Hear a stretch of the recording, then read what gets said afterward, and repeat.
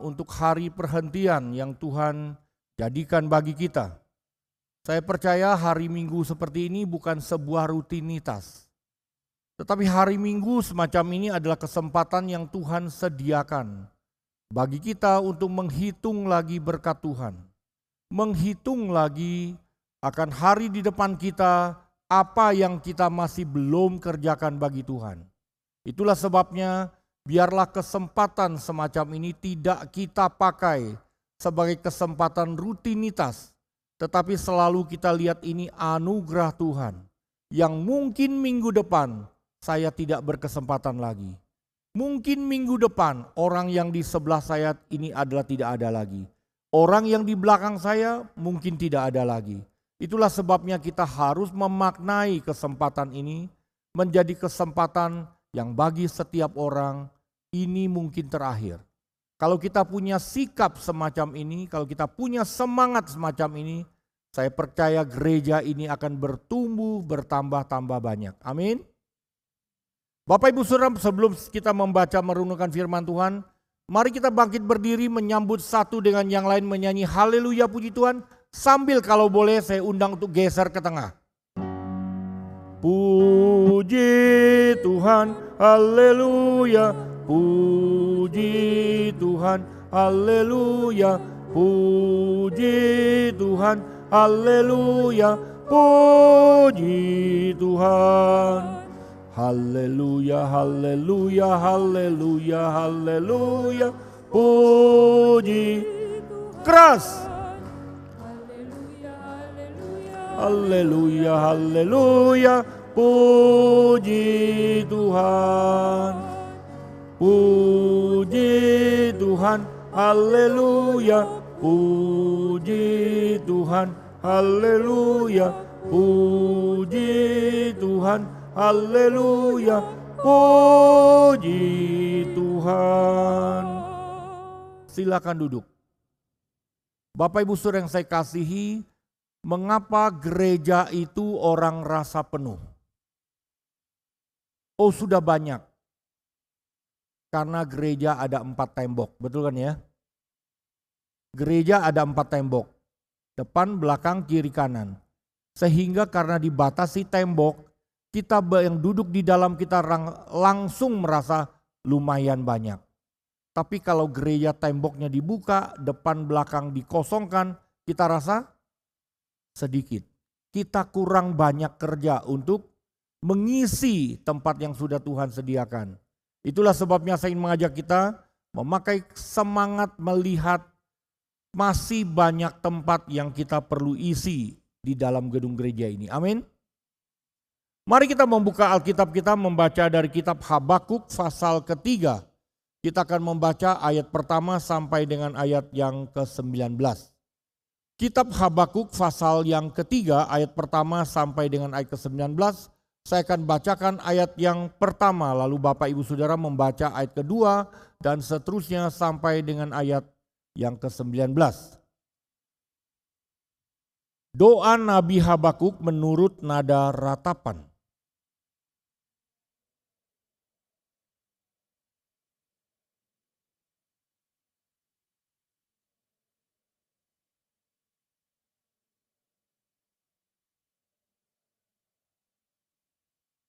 Allah datang dari negeri Teman dan yang Maha Kudus dari pegunung Paran.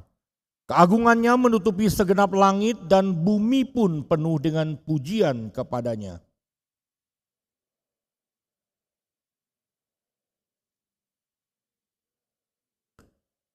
Mendahului berjalan penyakit sampar dan demam mengikuti jejaknya.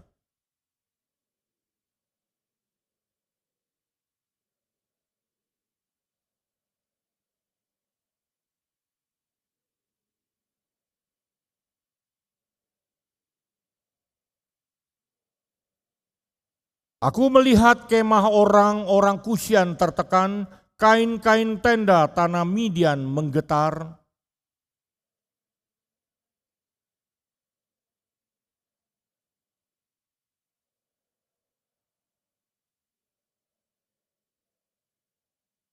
Busurmu kau buka, telah kau isi anak panah, Engkau membelah bumi menjadi sungai-sungai.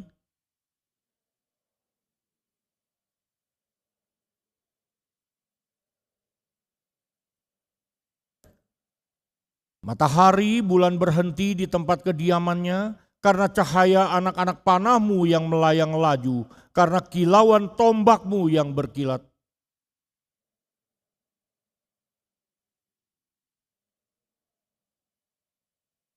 Engkau berjalan maju untuk menyelamatkan umatmu, untuk menyelamatkan orang yang kau urapi. Engkau meremukkan bagian atas rumah orang-orang fasik dan kau buka dasarnya sampai batu penghabisan.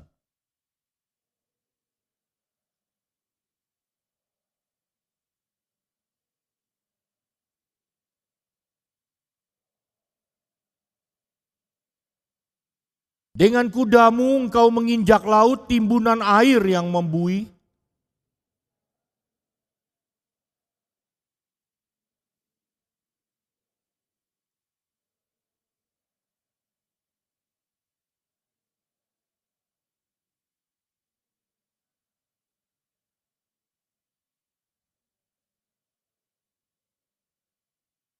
Sekalipun pohon ara tidak berbunga, pohon anggur tidak berbuah, hasil pohon zaitun mengecewakan, sekalipun ladang-ladang tidak menghasilkan bahan makanan, kambing domba terhalau dari kurungan, dan tidak ada lembu sapi dalam kandang.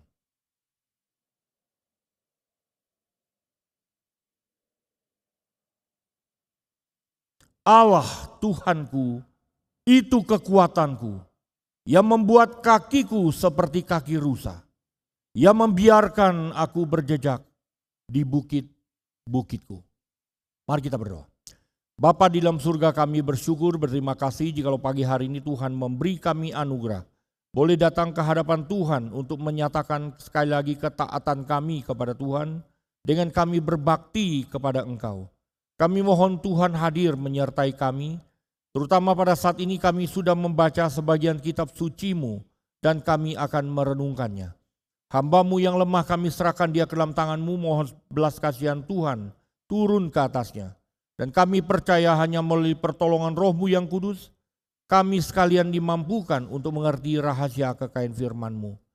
Tinggallah beserta dengan kami ya Tuhan, memberkati kami, meneguhkan kami, memberi kami kekuatan untuk menatap hari depan kami bersama tangan Tuhan yang menopang kami.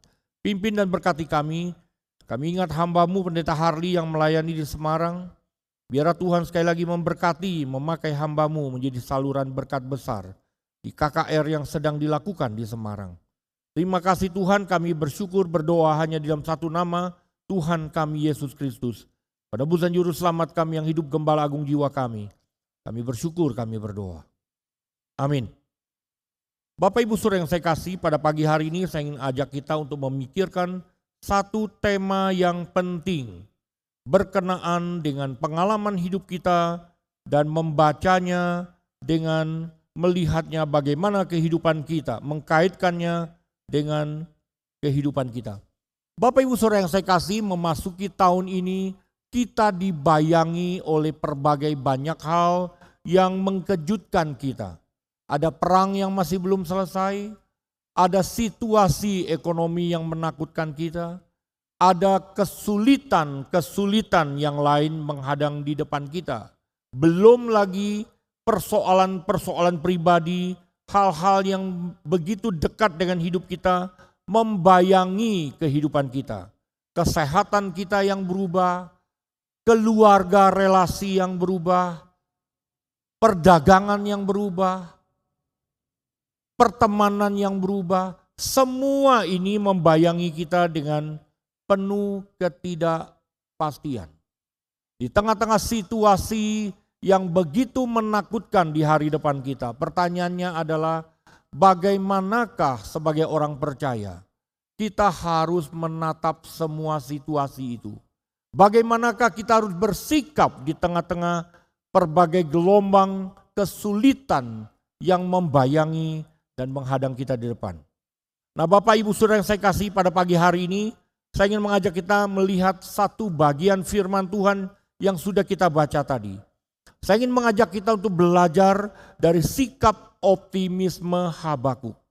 Bagaimana seharusnya kita belajar bergumul bersama dengan Tuhan, sekaligus kita memandang hari-hari depan kita dengan penuh iman sambil kita sandarkan hidup kita kepada Tuhan yang telah sangat mengasihi kita.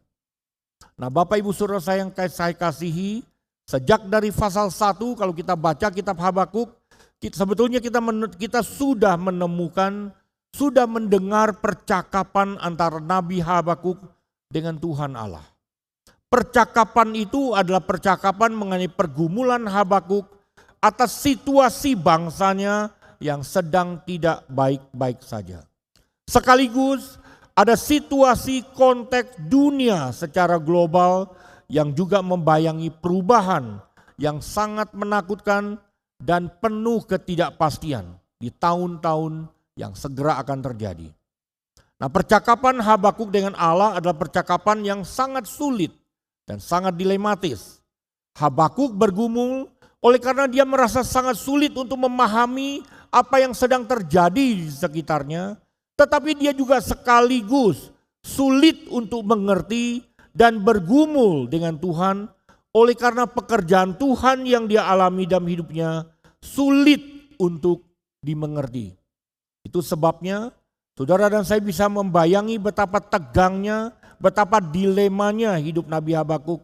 Oleh karena ketegangan semacam ini sebetulnya sudah berlangsung sangat lama. Sejak dari pasal 1 sekarang sampai ke pasal ketiga. Nah, Bapak Ibu Saudara yang saya kasih, di tengah-tengah kesulitan kita memahami Allah dan memahami kerumitan hidup kita sendiri, Habakuk mengingatkan kepada kita. Pertama-tama, kata Habakuk, perhatikan bagaimana kita telah memilih cara hidup kita selama ini. Adakah kita telah mengandalkan Allah di dalam setiap aspek detail kehidupan kita? Ataukah kita dengan sangat percaya diri, kita tanpa sadar menolak Allah. Lalu kita percaya mengandalkan diri kita sendiri dan kita bergumul seorang diri. Nah, Bapak Ibu Saudara yang saya kasih, kembali kepada Habakuk pada pagi hari ini. Jikalau kita sekarang bertanya kepada Habakuk, cara hidup macam apakah yang engkau akan pilih, hai Habakuk? Maka dengan penuh kepastian Habakuk akan menjawab. Dia mengatakan, aku akan memilih, aku akan memutuskan, aku akan berkomitmen kepada Tuhan. Meskipun itu adalah pilihan yang sangat sulit. Nah, untuk itu Habakuk mengajak kita, hal pertama yang harus kita lakukan, yang perlu kita belajar memandang situasi hidup kita. Pertama-tama kita harus belajar merubah paradigma kita. Merubah cara kita memandang masalah, merubah cara kita menilai segala sesuatu yang ada dalam dunia ini. Bila pada masa sebelumnya, Habakuk hanya andalkan apa yang dapat ditangkap oleh matanya sebagai realitas dia untuk memilih, sebagai realitas dia untuk memutuskan, sebagai realitas untuk dia membuat komitmen. Sekarang situasinya berubah. Sekarang Habakuk melihat segala sesuatu berangkat dari sudut pandang mata Allah. Bagi Habakuk, sekalipun saat ini dikepung oleh situasi yang sedang tidak baik-baik saja, namun situasi itu tidak membuatnya menjadi goyah dan tawar hati. Bahkan dia masih memilih dengan bertekun untuk bergumul bersama dengan Tuhan. Di tengah-tengah antisipasi akan situasi di tahun-tahun yang segera datang yang penuh kesulitan. Saudara, saya tidak tahu bagaimana kita memilih cara kita melihat hidup kita hari ini. Apakah saudara rela memilih bertekun bergumul dengan Tuhan? Meskipun kesulitan itu makin hari makin menakutkan kita. Atau justru kita mulai pikir bagaimana mencari jalan sendiri supaya persoalan kita cepat selesai. Kadang-kadang kita mungkin bisa lelah, kadang-kadang kita mungkin bisa tidak sabar Karena Tuhan kadang-kadang tidak segera menyelesaikan persoalan kita. Ada kalanya Tuhan melatih kita untuk melewati kesulitan dengan cara mendelay pertolongannya bagi hidup kita. Saudara, saya ingin mengatakan tidak selalu doa kita itu dijawab oleh Tuhan. Ada kala Tuhan jawab iya, ada kala Tuhan bilang tunggu, ada kalanya Tuhan bilang tidak. Kita perlu mempersiapkan diri menerima jawaban Tuhan di setiap kali kita berdoa kepada Dia.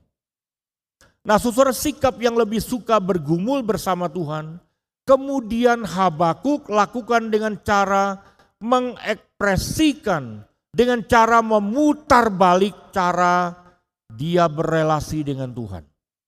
Jikalau sebelumnya dalam segala ketidakmengertiannya, Habakuk selalu mempertanyakan kebaikan dan keadilan Tuhan. Tuhan, di mana Engkau pada waktu aku menderita? Tuhan, mengapa orang yang jahat itu bertambah maju? Kenapa aku yang bertekun, yang ingin hidup bagi Tuhan, justru mengalami kesulitan tidak habis-habisnya? Habakuk putar arah cara pandang semacam ini. Kalau sebelum dia selalu mempertanyakan kebaikan keadilan Tuhan, sekarang dia ubah pertanyaan itu menjadi doa, bahkan menjadi pujian kepada Tuhan. Nah, itulah sebabnya di ayat pertama kita lihat doa Habakuk adalah sebuah pujian kepada Tuhan. Habakuk memang bukan orang pertama yang bertindak seperti ini. Kita tahu di dalam Alkitab ada begitu banyak orang-orang di tengah-tengah pergumulan hidup mereka juga bukan tenggelam dalam penderitaan, tetapi mereka juga memuji Tuhan. Misalnya Paulus dan Silas ketika di dalam penjara, mereka juga memuji Tuhan. Ketika Yesus sedang siap-siap naik ke Golgota, setelah selesai perjamuan terakhir, Yesus bersama para murid juga menyanyi mazmur. Demikian pula dengan para martir di sepanjang sejarah gereja. Mereka mempertahankan iman mereka sampai titik paling akhir dengan sikap memuji kepada nama Tuhan. Salah satu tokoh paling dramatis yang memuji Tuhan sampai kepada kesudahannya adalah Polikarpus. Polikarpus, dia dituduh memberontak melawan Romawi, kemudian dia ditangkap, kemudian dia diminta untuk menyangkali imannya. Polikarpus yang sudah berumur 80 lebih tahun itu, ketika ditangkap dia akan dimasukkan ke dalam minyak yang sedang panas-panas, akan digoreng dalam minyak yang panas itu. Tetapi tentara Romawi kemudian mempertimbangkan umurnya sudah 80 lebih, maka mereka berkata, Polikarpus, demi umurmu yang sudah 80 lebih, kami merubah cara eksekusinya. Kami tidak akan menggoreng kamu dalam minyak yang panas, tapi kamu akan dibakar hidup-hidup dengan di tiang gantungan. Sekarang kesempatan terakhir, katakanlah aku tidak kenal Yesus, maka engkau lepas. Cukup kalimat aku tidak pernah kenal Yesus, engkau dilepaskan. Dalam situasi yang sangat dramatis dan penuh ketegangan ini, apa jawab Polikarpus? Polikarpus mengatakan, selama 86 tahun aku hidup dalam dunia ini, tidak sehari pun Yesus dari Nazaret itu mengecewakan hidupku. Bagaimana mungkin aku menyangkali dia dan mengatakan tidak mengenal dia? Polikarpus diikat di tiang gantungan dan sambil melihat kemuliaan Tuhan, Polikarpus memuji Tuhan dengan suara keras, api mulai bakar dari kaki sampai ke atas. Dia memuji Tuhan sampai mati dibakar hidup-hidup. Itulah sebabnya di tradisi gereja orang mengatakan itulah suara angsa yang bernyanyi. Polikarpus dikenal sebagai angsa yang bernyanyi sampai akhir. Nah, di dalam situasi ini kita lihat ada banyak contoh sekali orang-orang yang memuji Tuhan sampai akhir. Sekalipun demikian, barangkali memuji Tuhan, barangkali ada hal yang paling sedikit kita lakukan di sepanjang tahun yang sudah kita lewati. Bahkan mulai tahun ini pun barangkali dalam hidup kita lebih sedikit kita memuji Tuhan dibandingkan pengeluhan, kekecewaan, dan tawar hati kita kepada Tuhan. Mari kita hitung-hitung.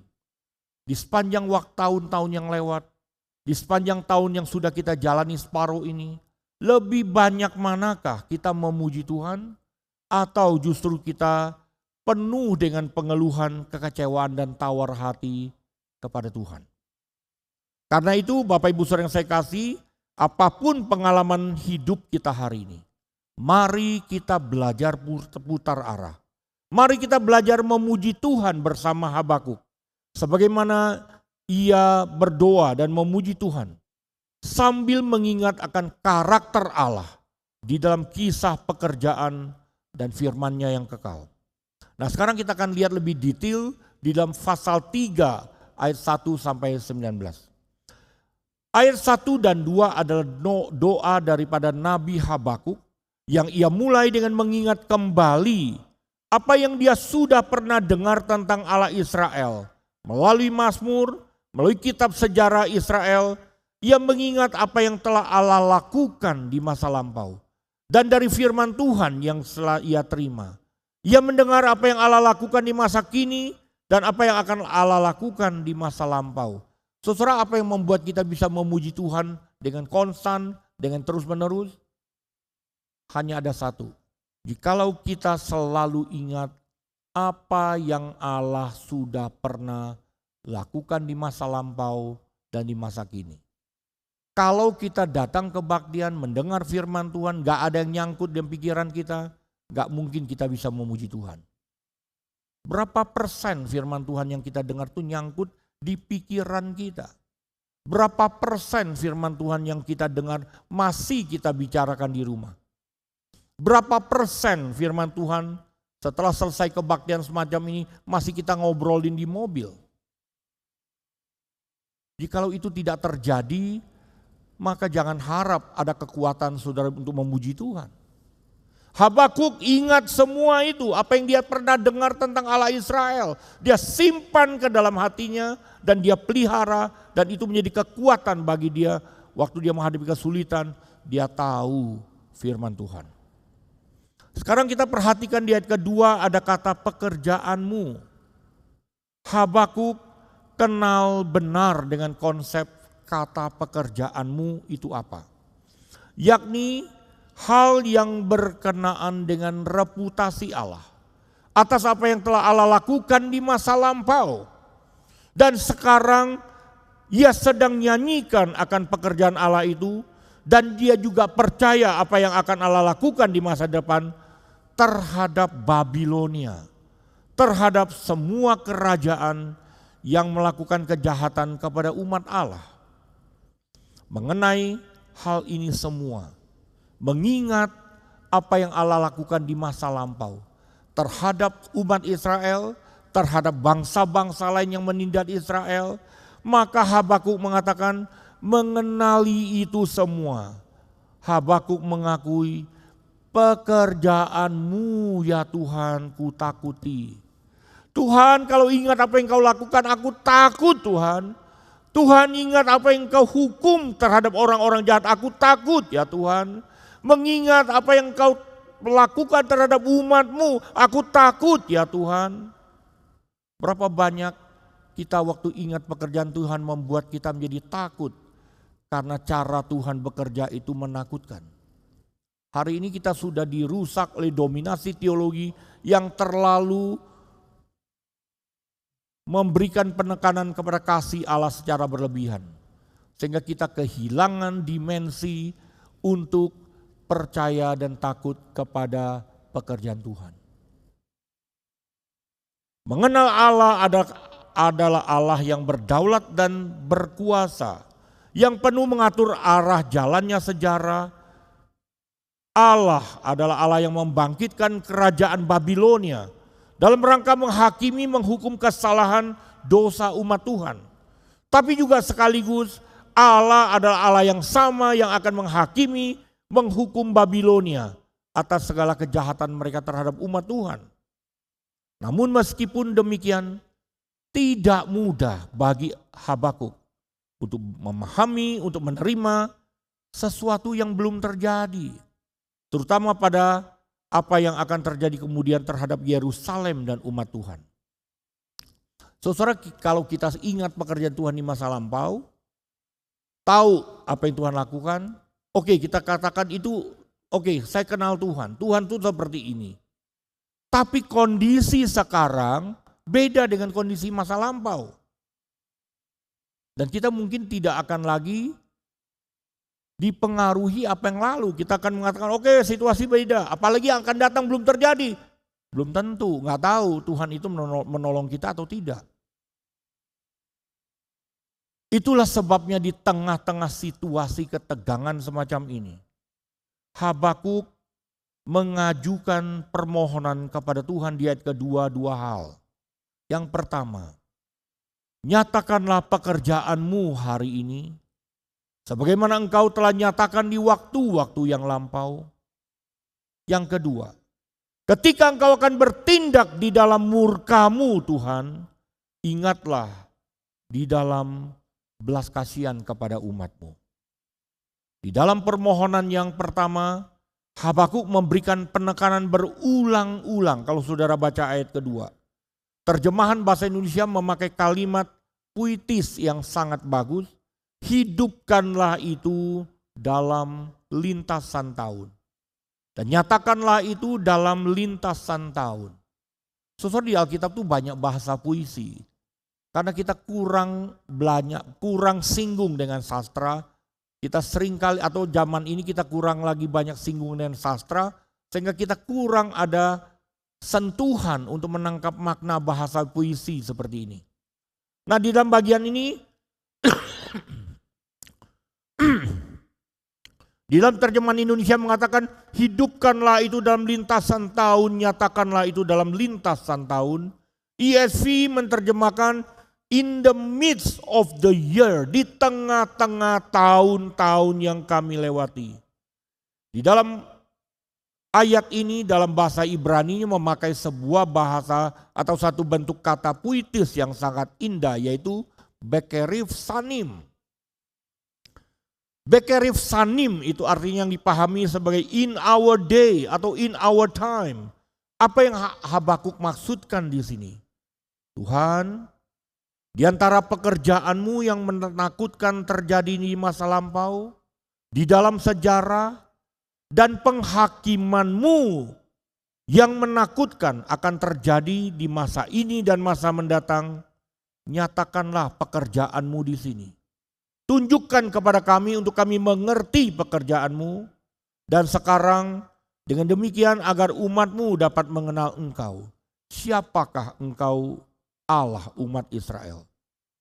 Supaya engkau Allah yang suci menyatakan dirimu melalui pekerjaanmu, agar kami dapat mengenalmu dengan benar. Habakuk minta dua hal ini adalah supaya kami mengenalmu dengan benar. Nyatakanlah itu dalam lintasan tahun, nyatakanlah itu dalam tahun-tahun yang kami lewati. Nah, Bapak Ibu Saudara yang saya kasih, inilah doa dari orang yang berkenan kepada Allah. Doa yang meminta agar Allah menyatakan kuasa, keadilan, kesuciannya. Saudara, waktu kita doa seperti ini minta Allah menyatakan keadilan, kuasa, dan kesucian, kita sudah doa untuk siapa? Untuk orang lain kan? Betul gak ya? Halo? Waktu kita doa, Tuhan nyatakan kebenaran, keadilan, kesucian, penghakiman-Mu. Kepada siapa? Orang lain, betul kan ya? Saya mau tanya, di sini siapa yang pernah doa? Tuhan nyatakan keadilan, kesucian, penghakiman, penghukuman kepada saya. Ada nggak orang doa seperti di sini?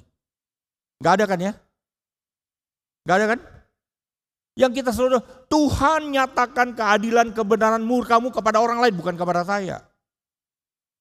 Habakuk minta, nyatakan itu kepadaku. Ia minta agar nama dan reputasi Allah dikenal dengan benar oleh umatnya, oleh dirinya. Doa semacam ini sebenarnya cukup banyak, ada contohnya dalam Mazmur misalnya. Namun doa semacam ini menjadi model doa yang sangat langka dalam konteks zaman kita sekarang. Di mana orang kalau sekarang berdoa cenderung mengejar kelimpahan materi, kesuksesan lahiriah. Doa semacam ini menjadi doa yang sangat janggal, bukan di dalam kebaktian kita. Bahkan di persekutuan doa kita, doa semacam ini kan janggal. Doa yang minta hal yang demikian bahkan sangat jarang kita dengar dalam doa syafaat di gereja. Nah, selain Habakuk minta Tuhan menyatakan dirinya supaya bisa dikenal oleh umatnya, Habakuk juga mengajukan permohonan kedua dengan cara mengkaitkan dengan 3 kata Ibrani secara puitik. Yang kalau disusun gak mungkin bisa sambung. Tetapi 3 ini menjadi sangat indah, yaitu 3 kata Ibrani adalah baroges. Baroges itu adalah murka. Kata kedua rahem. Rahem itu belas kasihan. Yang ketiga adalah tiskor, ingat. Jadi murka, belas kasihan, ingat. Nah, secara kontras sekarang kita melihat Habakuk menaruh kemarahan dan belas kasihan itu berpasangan. Kemarahan dan belas kasihan itu berpasangan. Murka dan kemurahan itu berpasangan. Lalu di tengah-tengahnya apa? Di tengah-tengahnya Habakuk merangkai di tengah-tengah dengan permohonan ingatlah. Seolah-olah Habakuk beranggapan Tuhan mungkin bisa lupa untuk berbelas kasihan. Kita mungkin akan merasa seperti Tuhan lupa berbelas kasihan kepada kita ketika penghakiman, ketika penghukuman, ketika disiplin dari Tuhan sedang menimpa kita. Kita mungkin lupa, kita mungkin beranggapan Tuhan lupa untuk berbelas kasihan kepada kita. Yang sebetulnya bagi Habakuk, belas kasihan itu adalah natur dari Allah.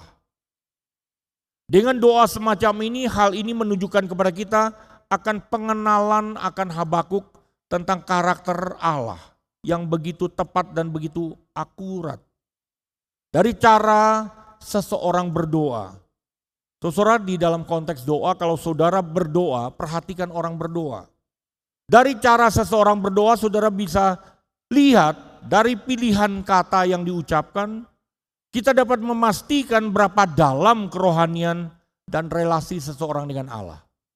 Saudara bisa ukur orang itu pertumbuhannya sampai di mana, kerohaniannya sampai di mana. Dari mana? Dari kata-kata doa yang dia ucapkan.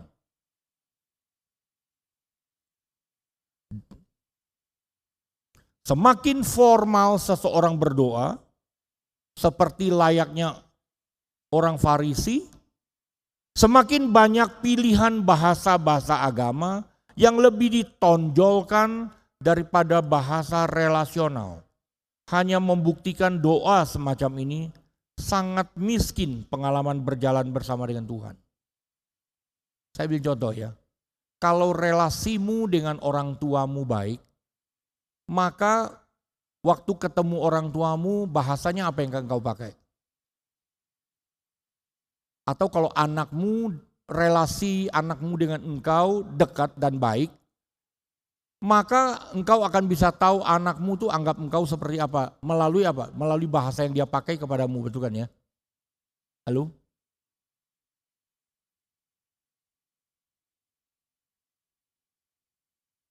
Saya ambil contoh Pak Robin ya, sahabat saya Pak Robin. Jadi ini ilustrasi ya, minta maaf dulu ya. Bayangkan kalau anaknya Pak Robin datang kepada Pak Robin. Papaku Robin Wijaya yang terhormat bersama dengan ini anakmu ingin menyampaikan beberapa hal yang menjadi kebutuhan sekolah saya. Kira-kira Pak Rowin apa? Gimana Pak Rowin kalau bahasa kayak gitu? Hah? Apa? Aneh. Oke. Yang kedua, Pak Robin yang terhormat, engkau pengusaha, engkau tahu bagaimana mengatur keuangan. Engkau juga tahu aku butuh keuangan. Gitu kan ya? Nah kalau ngomong gitu gimana Pak? Aneh juga kan ya? Saudara, tapi orang Kristen banyak doanya seperti ini. Kita kehilangan bahasa relasional. Itulah sebabnya Yesus mengatakan kalau berdoa mulailah ingat kalimat pertama, yaitu apa? Kalimat pertama doa Bapa kami apa?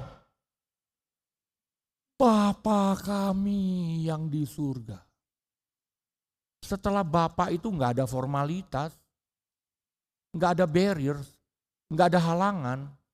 Kita bebas mengungkapkan kata-kata kita, doa kita sesuai dengan kepribadian kita masing-masing. Tidak perlu doa orang Protestan itu nggak perlu pakai liturgi.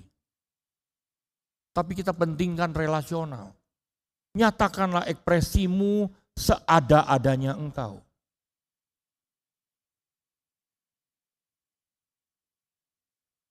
Ada doa yang lebih menakutkan lagi, saudara. Ada semacam orang yang punya kebiasaan menurut saya itu agak congkak. Yaitu tipe orang yang setiap kali berdoa, berusaha memamerkan pengetahuan Alkitab dan teologinya. Sebagai upaya tanpa sadar, upaya mengesankan manusia sekaligus juga mengesankan Allah. Ada banyak orang dengan sangat berani bahkan mengajari Tuhan bagaimana cara dia menjawab doanya. Saudara pikir doa yang semakin detail itu makin berkenan kepada Tuhan? Tidak. Tanpa sadar waktu kita doa begitu detail, seolah kita ingin mengajari Tuhan. Tuhan kalau mau kerja tuh gini ya, saya kasih tahu ya 1, 2, 3, 4, 5. Saudara perhatikan Pak Tong berdoa. Baik kebaktian minggu, baik khotbah, baik seminar, apa. Perhatikan kalimat-kalimat yang Pak Tong pilih. Gak ada kalimat detail. Pak Tong bahkan seringkali mengatakan, saya gak pernah doa minta selamat naik pesawat terbang. Saya tidak pernah minta dijaga, jangan mengalami kecelakaan. Saya tidak pernah minta untuk... Kenapa? Pak Tong mengatakan karena saya tahu bahwa Tuhan tahu saya butuh apa. Kita seringkali lupa bahwa Tuhan itu tahu apa yang kita perlukan. Maka Yesus bilang jangan khawatir. Bapamu di surga tahu apa yang kamu butuhkan. Tidak ada orang tua yang memberi ular ketika anak membutuhkan makanan. Tuhan tahu. Lalu kalau gitu nggak usah doa, bukan. Doa adalah ketika kita mengekspresikan kebutuhan kita dengan mengatakan Tuhan, sebagai manusia saya membutuhkan ini, saya punya keperluan ini, tetapi segala sesuatu dalam tangan-Mu. Biarlah Engkau menyatakan apa yang saya perlukan sesuai dengan kehendak-Mu. Saudara, saya ingin mengatakan satu hal lagi dalam doa, dalam konteks teologi berdoa. Saudara, kita orang reform itu teologi kita bisa reform. Tapi doa kita totally Arminian. Karena kita nggak percaya kepada kedaulatan Allah. Kita kontrol Tuhan jawab doa kita. Ini problematik teologi doa kita. Nah sekarang kembali kepada Habakuk, melalui doanya Habakuk mengajarkan kita untuk mengenali karakter Allah. Yang kadang dalam pengalaman kita bisa bersifat paradoks. Pertama akan kemarahan Allah dalam keadilan kebenarannya. Allah adalah Allah yang murka terhadap umatnya sekaligus terhadap bangsa-bangsa lain yang berbuat dosa dan kejahatan. Ingat, Allah itu adalah Allah yang penuh keadilan kebenaran. Allah adalah Allah yang murka terhadap umatnya, tapi juga terhadap bangsa-bangsa yang lain yang berbuat kejahatan. Jangan dibalik. Jangan pikir murka Tuhan tidak kepada kita. Murka Tuhan akan kepada kita. Yesus bilang penghakiman pertama-tama akan dimulai dari mana? Dari rumah Allah. Yang kedua, tetapi waktu kita mengingat murka dan kemarahan Allah, maka kita juga akan ingat kemurahan dan belas kasihan Allah. Yang Allah telah diperkenalkan oleh Allah sendiri sejak dari zaman Musa. Allah sudah mengenalkan dirinya sebagai Allah yang penuh belas kasihan. Inilah karakter Allah yang disembah dan diimani oleh Habakuk. Nah, setelah selesai bagian ini, kita berpindah pada bagian kedua doa Nabi Habakuk yang mengingatkan kita akan kisah kedaulatan dan kuasa Allah yang melakukan pembebasan terhadap umatnya. Habakuk mengajarkan kepada kita untuk mengingat sejarah di dalam dunia ini. Bagaimana cara kita melihat sejarah? Kata Habakuk bukan kita memperhatikan sejarah dengan hanya memperhatikan peristiwa apa yang sedang dan telah terjadi. Waktu bicara sejarah kita selalu pikir sejarah itu apa? Sejarah itu adalah peristiwa, kumpulan peristiwa, apa yang sedang dan sudah terjadi. Tetapi Habakuk mengatakan mengingat sejarah yang paling penting adalah memperhatikan apa yang Allah lakukan di dalam pengalaman manusia. Sejarah itu bukan kumpulan catatan peristiwa, apa, di mana, bagaimana, bukan cuman itu. Tapi sejarah yang paling penting, ingat dari sudut bagaimana Allah bertindak di tengah-tengah pengalaman manusia. Itu sejarah. Bagian ini kemudian digambarkan oleh Habakuk melalui bahasa puitik, bahasa metafora. Sehingga signifikansi begitu terasa menerobos ke dalam jiwa kita. Dan itulah definisi Habakuk tentang sejarah. Habakuk di ayat 3-15 kemudian melukiskan tentang pengalaman bertemu dengan kehadiran Allah yang sangat dramatis dan sekaligus menakutkan. Itulah sebabnya dengan iman ia mengatakan keindahan Habakuk di sini bukan hanya sekedar mengingat, mencerita ulang kedaulatan Allah dalam sejarah, tapi juga melibatkan diri di dalam pengalaman sejarah itu. Itulah sebabnya dengan iman Habakuk mengatakan inilah kisah yang aku di dalamnya. Setiap kali lihat sejarah, setiap kali melihat apa yang terjadi, setiap kali mengingat bagaimana Tuhan bekerja di dalam pengalaman manusia, Habakuk mengatakan aku juga dalam bagian itu. Itulah sejarah yang sedang berlangsung, aku ada di dalamnya. Dan ini adalah kisahku, kisah tentang Allah yang aku percaya. Kisah Allah dan penebusannya, kisah tentang umatnya yang tidak akan pernah binasa. Nah Bapak Ibu Saudara yang saya kasihi, saya segera akan selesai. Hari ini engkau dan saya mungkin masih belum memahami benar apa yang terjadi dengan pengalaman hidupmu hari-hari ini. Kita mungkin saat ini dalam situasi yang sedang dibayang-bayangi kekhawatiran, ketakutan akan hari depan yang semakin tidak menentu. Sekarang lebih banyak ada kabar buruk daripada kabar baik. Tapi Habakuk mengingatkan kita sebagai umat Tuhan. Seharusnya engkau dan saya tahu. Kita sedang dalam sebuah kisah penebusan yang besar dan dahsyat. Bahwa setiap pribadi umat Tuhan sedang ada di dalam tangan pemeliharaan Tuhan, yang sangat dramatis dan menakutkan. Kita boleh disergap oleh badai. Tapi kita akan melewati badai itu dengan aman. Jikalau kita ada di dalam tangan pemeliharaan Tuhan Allah yang lebih besar dari badai. Hidupmu badai, ingat Allahmu lebih besar dari badai. Maka engkau aman. Jikalau engkau ada dalam tangan topangan Allah yang lebih besar dari badai, hidupmu aman. Nah, kesadaran inilah kemudian membuat Habakuk memuji Tuhan pada bagian ketiga dalam doanya. Kesadaran ini membawa Habakuk untuk berani optimis dengan melihat hari depannya. Ayat 16-19. Inilah rahasia menjadi kekuatan iman Habakuk. Rahasia keteguhan iman Habakuk adalah ia menetapkan bagi dirinya menjadi salah seorang benar yang beriman kepada Allah dan memilih cara hidup yang dipimpin oleh iman, apapun situasinya. Karena itu, Habakuk kemudian membuat 3 resolusi.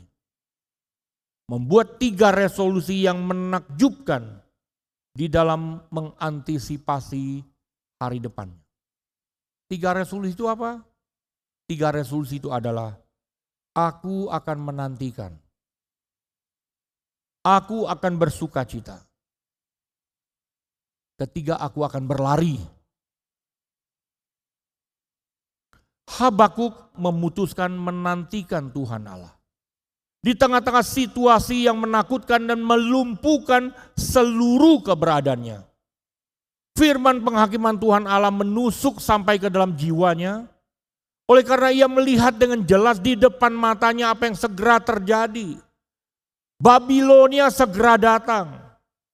Malapetaka, penderitaan dan kematian segera akan terjadi. Pengalaman di depan mata ini bahkan belum pernah dialami oleh Israel pada masa sebelumnya.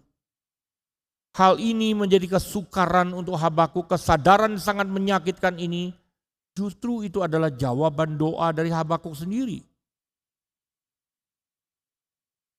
Ketika Habakuk melihat bangsanya tidak kembali kepada Tuhan dengan beribadah kepada Allah lain, Habakuk berdoa minta Tuhan menghakimi. Dan sekarang Tuhan jawab doanya ini. Tetapi ini menjadi kesukaran yang lain, penghakiman Tuhan itu, Tuhan bangkitkan bangsa lain dan akan segera menyerbu Israel. Habakuk mengalami ketegangan dalam pergumulan antara iman dan rasa takut berjalan beriringan. Tetapi sekarang Habakuk beralih dari rasa takut yang bergumul di dalam protes kepada Tuhan. Sekarang kepada rasa takut yang dibungkus dengan iman. Memang rasa takut itu tidak bisa dihilangkan begitu saja. Tetapi rasa takut itu dapat dikendalikan, dapat disingkirkan. Dapat dirampas racunnya yang melumpuhkan kita. Melalui iman kepada Allah yang hidup, yang diajarkan di seluruh Alkitab. Ingat Injil itu selalu dimulai dengan satu kata. Permulaan kata Injil itu apa? Permulaan kata pertama Injil itu apa? Jangan takut. Malaikat datang kepada Maria, hai Maria, engkau yang diberkati. Jangan takut. Malaikat datang kepada gembala, jangan takut. Malaikat datang kepada Yusuf, jangan takut. Kalimat pertama Injil adalah jangan takut. Kalimat pertama anugerah penyertaan Allah adalah jangan takut. Kalimat pertama pertolongan Tuhan kepada manusia yang berdosa, jangan takut. Itulah sebabnya kita harus pegang prinsip ini.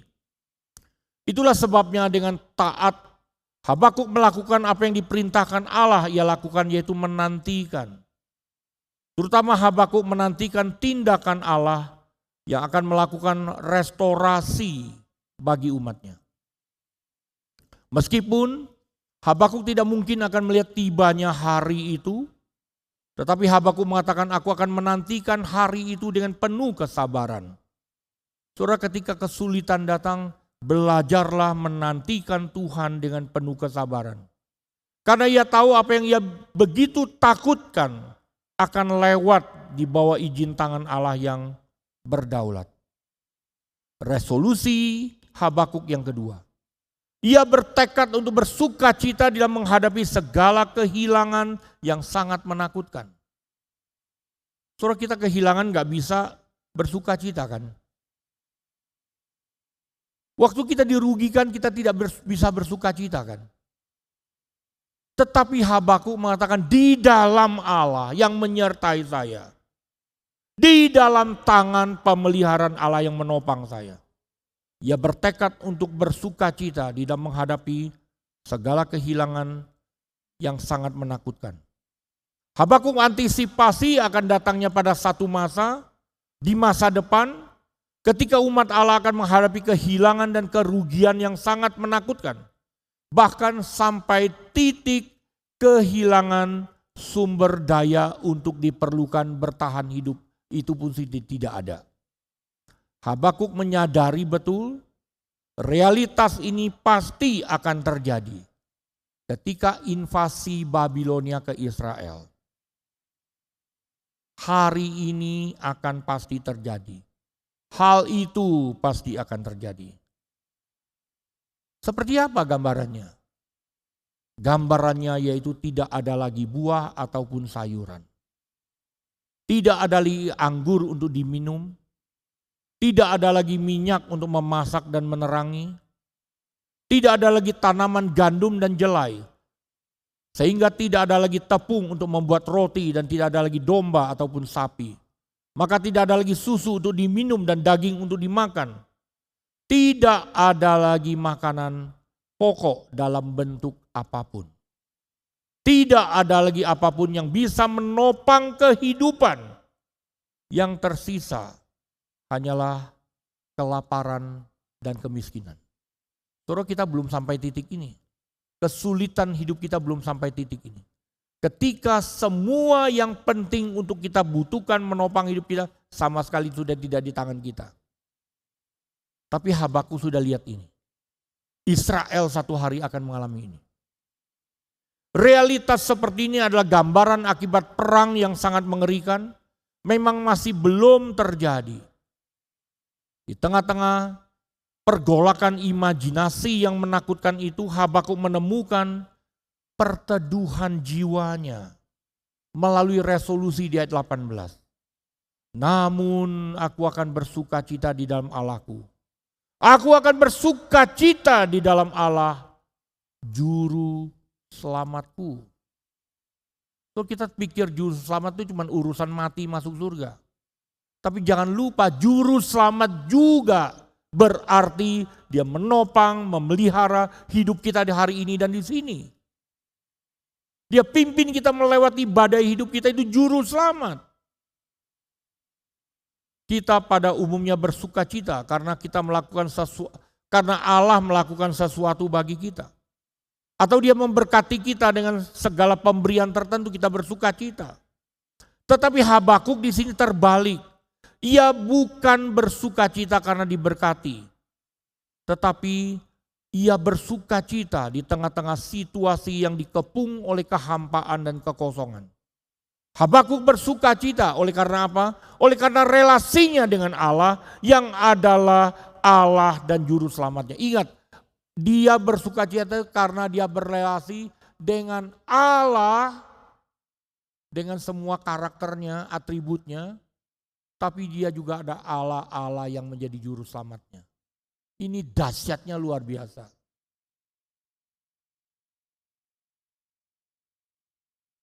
Sekalipun ia sekarang dalam situasi tidak memiliki apapun di tangannya, tetapi bagi Habakuk memiliki Allah yang adalah juru selamatnya, melebihi apapun.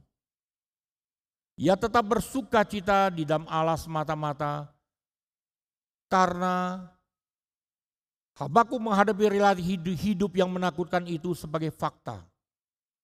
Namun fakta itu tidak dapat merebut rasa sukacita oleh karena relasinya dengan Allah. Allah sendiri menjadi satu-satunya alasan Habakuk tetap bersukacita. Resolusi yang terakhir. Habakuk bertekad untuk menjadi kuat menghadapi segala macam rintangan yang akan datang. Ayat 19.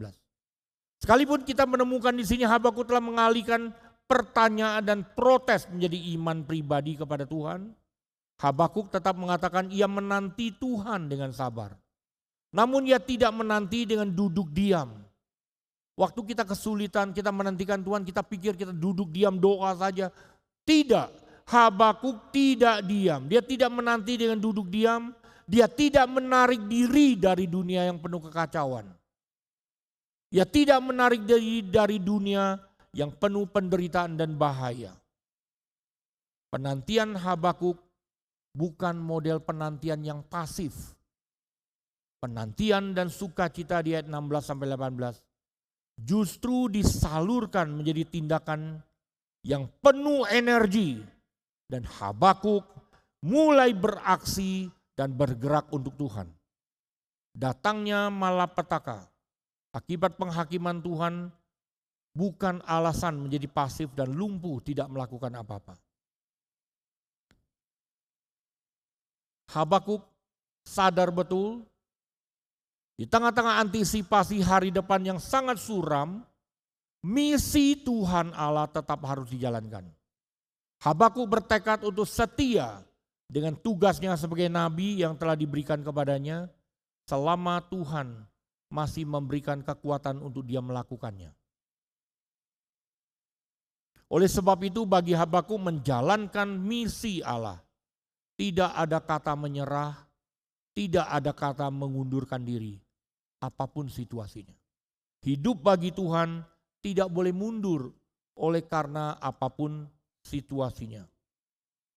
Menutup khotbah pagi hari ini, saya ingin mengajak kita seperti Habakuk, menuliskan 3 resolusi untuk di hari-hari mendatang kita. Pertama, mari kita belajar dan kita tulis dan kita tekadkan dalam hati kita akan sabar menantikan Tuhan. Oleh karena Allah adalah Allah yang setia di dalam janjinya. Allah adalah Allah yang penuh keadilan dan kebenaran.